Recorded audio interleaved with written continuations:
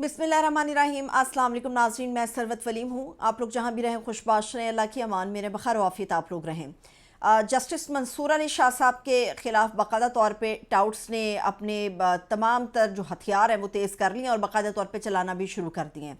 Justice Mansoor Ali Shah साहब के ऊपर मैंने पहले भी कहा था कि पीटीआई के साथ का टैग लगेगा और ये टैग उनके साथ लगाया गया है, लेकिन इसकी कुछ वजाहत हाफजे की दुरुस्तगी के लिए मैं आप लोगों के सामने रखूंगी ताकि टाउट्स को ये अंदाज़ा हो कि मंसूर अली शाह के ख़िलाफ़, जस्टिस मंसूर अली शाह के ख़िलाफ़ जो एक प्रोपेगेंडा मुहिम उन्होंने शुरू की है उसका मंतकी अंजाम क्या मुमकिन तौर पर हो सकता है। दूसरी बात ये कि 26वीं आइनी तरमीम गैर कानूनी तरीके से मंजूर कराई गई, गैर आइनी ये एक तरमीम है जो आइन का गला दबोच के निकाली गई है और इस गैर आइनी तरमीम के ऊपर अब क्या करना है क्या नहीं करना।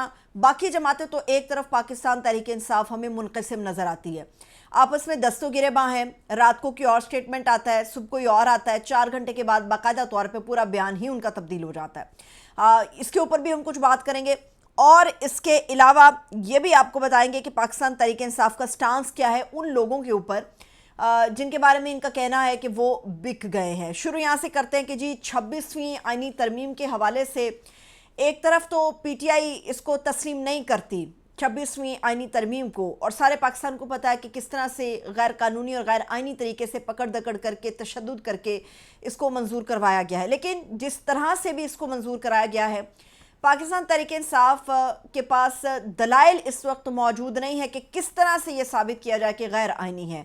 उसके सबसे बड़ी एक रीजनिंग है जो मैं आप लोगों के सामने रखूंगी, तो आप मेरी बात से मुत्तफिक होंगे, इत्तेफाक करेंगे।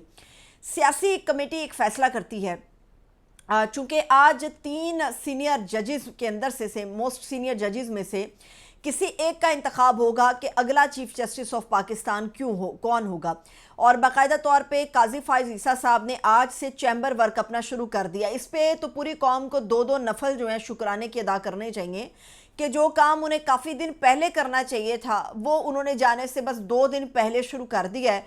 तो चलिए, कुफर टूटा खुदा खुदा करके आखिरी 2 दिन ही सही, मगर अब वो चैम्बर वर्क करेंगे तो सारे जो है ना मुसल्ले बिछा के तो 2 शुक्राने के नफल ज़रूर लाजमी तौर पे अदा कीजिएगा कि पाकिस्तान किसी और मुश्किल से अब 2 दिन मज़ीद के लिए बच गया है।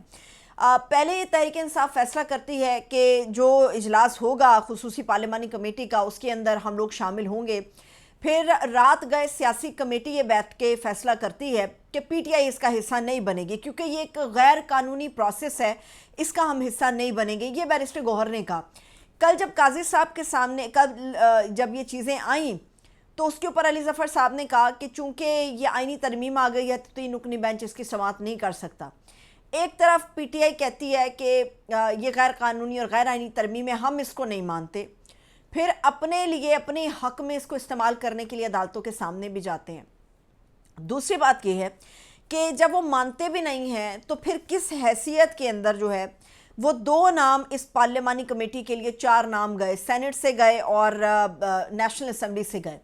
12 रुकनी जो ये कमेटी है उसके अंदर 3 नाम ऐसे हैं जिनका सिर्फ ताल्लुक पीटीआई से, बाकी सारे के सारे हुकूमती इत्तेहादी हैं। इससे तो एक तो हुकूमत की चोरबाजारी नज़र आती है, दूसरी बात यह कि पाकिस्तान तहरीक इंसाफ अपना मैदान खुला छोड़ रही है। पहले भी हमेशा कहा जाता रहा जब असेंबलियों से इस्तीफ़े देने थे कि मैदान को खाली नहीं छोड़ना चाहिए। फिर जब डी चौक की तहरीक उठी तो ये आवाज़ लगाते रहे कि तहरीक को अधूरा मत छोड़िए। फिर ये बात आती रही कि क्या करना है, तब भी ये कहा जाता रहा कि मैदान खाली मत छोड़िए। लेकिन इस वक्त ऐसा नज़र आ रहा है कि पीटीआई के जो लोग हैं वो आपस में दस्तों गिरेबान हैं, आपस में वो भिड़ गए हैं, उनको अंदाज़ा नहीं। और ये बात बिल्कुल दुरुस्त निकली है कि इस सिस्टम से टकराने वाला पीटीआई में सिर्फ इमरान खान है। इमरान खान अपनी कौम और इस रियासत पाकिस्तान की जंग तनहा लड़ रहा है, इसमें अब कोई शुबा बाकी रह नहीं गया। एक आदमी 8x10 के बैरक के अंदर बैठ के ना वॉक कर सकता है, 22.5 घंटे अपनी बैरक में गुजारता है, शेव के लिए उसके पास किट मौजूद नहीं है, डॉक्टर्स तक रसाई उसकी मौजूद नहीं है, खाना उसको इंतहाई घटिया तरीन दिया जाता है और एक्सरसाइज की उसको इजाज़त नहीं है। लेकिन फिर भी जेल में बैठ के वो 70-74 साल की उम्र के अंदर भी आके अपनी कौम की, अपनी रियासत की और अपनी जंग तनहा लड़ रहा है। पीटीआई का जो शिमला उसने जिन लोगों के सर पे रखा था वो शिमला उनसे संभाला नहीं संभल रहा। तीन बंदे आपस में लड़ी जा रहे हैं। कोई कहता है कि सियासी कमेटी में शामिल होना है, फिर कहते हैं कि नहीं जी ये एक गैर कानूनी प्रोसेस है, इसमें शामिल नहीं होंगे। अगर पीटीआई इस पार्लियामानी कमेटी के इजलास का बायकॉट करेगी, आप इसको माने या ना माने, अब ये तरामीम हो गई हैं। बात यह है कि जब तक कलअदम नहीं होती तो क्या तहरीक इंसाफ को इनके लिए मैदान खुला और खाली छोड़ना चाहिए। 3 मेंबर हैं, साहबजादा हामिद रजा, बैरिस्टर गौहर साहब और सेनेटर अली जफ़र। ये 3 बंदे हैं जो इस कमेटी का हिस्सा होंगे। अगर पीटीआई अपनी मुखालिफत के अंदर आवाज़ नहीं देगी या पीटीआई के अपने दलाइल उनके सामने नहीं रखेगी तो कल को पीटीआई इस चीज़ के ऊपर शिकवा करने की मजाज भी नहीं है कि फ़लाना चीफ़ जस्टिस लगा तो फ़लाना चीफ़ जस्टिस लगा। जब आपको जंग लड़नी है तो एक आखिरी सिपाही के मैदान जंग के अंदर मौजूद रहने तक वो जंग जारी रहती है। यहाँ तो फिर 3 बंदे हैं। जब वो 3 बंदे ही दलाइल नहीं देंगे, ठोस बुनियादों के ऊपर आकर बात नहीं करेंगे, तो कल पीटीआई के लोग ये शिकवा कैसे करेंगे कि जो फलाना चीफ जस्टिस लगा वो बाइस्ड है, वो नहीं लगना चाहिए था। आप तो खुद खाली मैदान छोड़ रहे हैं। अब मंसूर अली शाह साहब के ऊपर जो है वो टैग लग रहा है कि जो प्रोपेगेंडा मुहिम है कि ये पीटीआई के साथ राब्तों में। मैं कुछ दिन पहले भी आपको बताया था कि उनके खिलाफ एक बाकायदा प्रोपेगेंडा शुरू होने जा रहा है और वो कल शाम से बाकायदा तौर पे शुरू हो गया, क्योंकि आज चैम्बर वर्क के लिए काजी साहब चले गए। उनको पता है अब वो आगे नहीं बढ़ सकते। अब अगला चीफ जस्टिस जो है वो 3 बंदों में से लगेगा, 3 मोस्ट सीनियर में से। मंसूर अली शाह साहब के बारे में टाउट्स ये बातें कर रहे हैं कि मंसूर अली शाह साहब के पीटीआई से राब्ते हैं और इंटेलिजेंस एजेंसीज़ के पास इसके वाज़ेह सबूत मौजूद हैं, और ये कि मंसूर अली शाह साहब ने गारंटी दी थी पीटीआई को कि अगर वो आ जाते हैं, चीफ जस्टिस बनते हैं, तो वो इमरान खान साहब को एक रिलीफ पैकेज जो है वो पूरा देंगे। उसके बाद पता चला कि जी फ़ौज ने उनकी ग्रिलिंग की है और उस ग्रिलिंग के बाद उन्होंने कहा नहीं जी मैं हुकूमत को नहीं छोड़ूंगा। इस एक टाउट्स की इस मुहिम के अंदर 2 पैगाम बिल्कुल बड़े वाजे हैं। पहली बात तो ये कि जो कहा जा रहा है कि जी फ़ौज ने जब उनसे रब्ता किया तो उन्होंने यकीन दहानी कराई कि मैं गवर्नमेंट को नहीं छेड़ूंगा। इसका मतलब ये है कि गवर्नमेंट जो है ये सच में फॉर्म 47 के ऊपर आई हुई है, अवाम का मैंडेट चोरी करके आई हुई है। जो गारंटर है इस गवर्नमेंट की वो हमारी इस्टेब्लिशमेंट है, जो गारंटर है वो इस्टेब्लिशमेंट है। और जो इंश्योरेंस पॉलिसी थी वो काजी फायज ईसा साहब थे। अब काजी साहब चले गए हैं, इंश्योरेंस पॉलिसी के लिए कुछ ना कुछ तो वो कर रहे हैं कि उनकी जान बख्शी होती रहे। मगर अगर जो लोग जो टाउट्स पीटीआई के ऊपर या मंसूर अली शाह साहब के ऊपर गठजोड़ का इल्ज़ाम लगा रहे हैं तो उन्हें उस दिन को नहीं भूलना चाहिए जब आइन की 50वीं सालगिरह हो रही थी और पार्लियामेंट के अंदर जो है वो जजेस में सिर्फ एक चीफ जस्टिस, मौजूदा चीफ जस्टिस काजी फायज ईसा साहब बैठे हुए थे। तो सब ने यह सवाल किया था कि काजी साहब हुकूमत के साथ किस हैसियत में आकर यहाँ पर आइन की खुशी को सेलिब्रेट कर रहे हैं।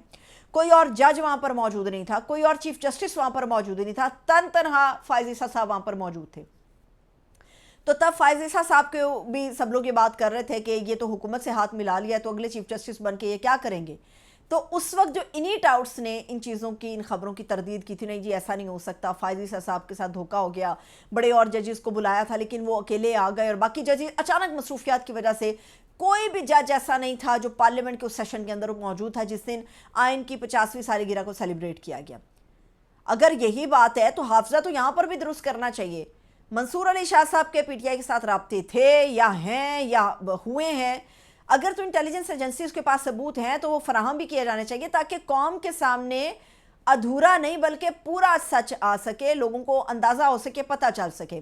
अब कह रहे हैं कि जी मंसूर अली शाह साहब को तो नहीं बनाया जाएगा और इन केस अगर वो नहीं आते तो उनकी जगह पे जस्टिस याहिया अफरीदी साहब को बनाया जाएगा।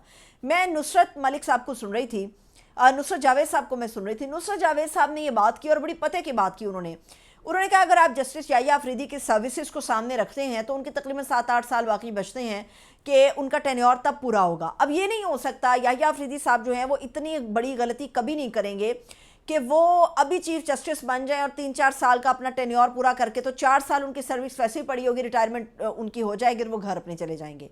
वो 8 साल अपना टेन्योर इंजॉय करेंगे बजाय इसके कि 4 साल की या 3 साल के लिए वो चीफ जस्टिस के तौर पे सामने आ जाएं। तो ये बहुत बड़ी बेवकूफ़ी होगी। जस्टिस याहिया अफरीदी साहब जो है वो घाटे का सौदा नहीं करेंगे। हाँ, ये अलग बात है कि इस सौदे के अंदर उनको ऑफ़र क्या किया जाता है। अब जो तीसरी बड़ी इंपॉर्टेंट चीज़ है, इस आइनी तरमीम को पास करने के लिए जिस तरह से बदतरीन और भोंडे तरीके से लोगों को लाया गया, तो उसके ऊपर उमर अयूब साहब का जो स्टेटमेंट है वो आपको बड़ा मशकूक नज़र आता है। ये पीटीआई की जिम्मेदारी थी, ये इमरान खान के वाज़ेह अहकामात थे कि अपने लोगों को आपने बचाना है, कोई भी एक शख्स जो है वो आइनी तरमीम के हक़ में वोट कास्ट ना करें। لیکن عمر ایوب صاحب سے جب محمد مالک صاحب نے یہ پوچھا کہ فلانا فلانا بندہ ہے وہ آپ کے پاس تھا، وہ کس طرح سے پھر ووٹ دینے کے لیے چلا گیا، وہ تو سیف سائڈ پہ تھا، انہوں نے کہا کہ جی ہم پیراملٹری فورس تو نہیں ہیں، ہم ایک جگہ پہ ان کو رکھ سکتے تھے، اب وہ سب وہاں سے چلے جائیں یا کون کون وہاں سے چلا جائے اس کے اوپر تو ہم کچھ نہیں کر سکتے۔ یہ اتنا ایک مضحکہ خیز سٹیٹمنٹ ہے عمر ایوب کی طرف سے کہ آپ کی پارٹی، لوگ آپ کے حفاظت بھی آپ نے کرنی ہے، یہ نہیں ہو سکتا کسی کا بیٹا اٹھایا، کسی کی بہن اٹھائی ہوئی، کسی کی ماں اٹھائی ہوئی ہے تو آپ اس چیز کو بنیاد بنا کے ان کو سیف سائڈ پہ کر دیں۔ ایسا لگ رہا ہے کہ عمران خان صاحب کی پیٹھ کے پیچھے جو ہے وہ چھرا گھونپا جا رہا ہے، اپنے زیادہ ظالم ان کے لیے محسوس ہونا شروع ہو گئے ہیں، اور وہ مرد مجاہد جیل میں بیٹھ کے تنہا جو ہے وہ اس چیز کو فیس کر رہا ہے اور اس کی جنگ لڑ رہا ہے۔ اب جاتے جاتے ایک اور چیز آپ کے گوش گزار کر دوں تاکہ آپ لوگوں کو کلیئر ہو سکے کہ پاکستان کے اندر جو 26ویں آئینی ترمیم منظور ہوئی ہے، جس کا دعویٰ بلاول بھٹو زرداری کر رہے تھے کہ انصاف جلدی ہونا چاہیے، اس کی فراہمی جلدی ہونی چاہیے، سہل ہونی چاہیے، آسانی سے رسائی ہونی چاہیے، تو یہ اس کے منہ پہ ایک تماچا ہے جو ہمارے سامنے آیا ہے۔ انصاف کتنا جلدی فراہم ہوگا؟ اگر آپ نے ہائی کورٹ کے فیصلے کے خلاف اپیل دائر کرنی ہے، آپ کو پتہ ہے کہ سپریم کورٹ آف پاکستان کے اندر یا تو سوموٹوز ہوا کرتے تھے وہ واپس لے لیے گئے، یا پھر اپیلیں جو ہیں خاص نوعیت کی وہ سنی جاتی ہیں۔ اگر تو آپ نے ہائی کورٹ کے فیصلے کے خلاف اپیل کرنی ہے، اس اپیل کے لیے یہ لازم ہے کہ جہاں پہلے سپریم کورٹ میں اس کی فیس جمع کرایا کرتے تھے 50,000، ہائی کورٹ کے فیصلے کے خلاف اپیل کے لیے 50,000 فیس ہوا کرتی تھی سپریم کورٹ آف پاکستان کے اندر، اب وہ 50,000 نہیں رہی، اب وہ 50,000 سے 1 لاکھ 2 لاکھ 3 لاکھ نہیں کی گئی، پورے 10 لاکھ روپے اس کی فیس کر دی گئی ہے۔ یہ ہے وہ انصاف کی آسان اور جلدی فراہمی۔ ظاہری سی بات ہے لوگ اپیل میں جائیں گے نہیں، جو 50,000 دیتا تھا وہ 10 لاکھ کہاں سے پرووائڈ کرے گا اپیل کے اندر، اور بعد میں اس کا کیس الٹ جائے اور قاضی صاحب کا جیسا کوئی آدمی وہاں پر بیٹھا ہو تو وہ کیوں جائے گا؟ تو یہ ہے وہ انصاف جس کا گلا گھونٹ دیا گیا اور آئین کی بالادستی کو ان لوگوں نے نوچ کر کھا لیا ہے۔ مجھے اجازت دیجیے، اپنا خیال رکھیے، خدا حافظ۔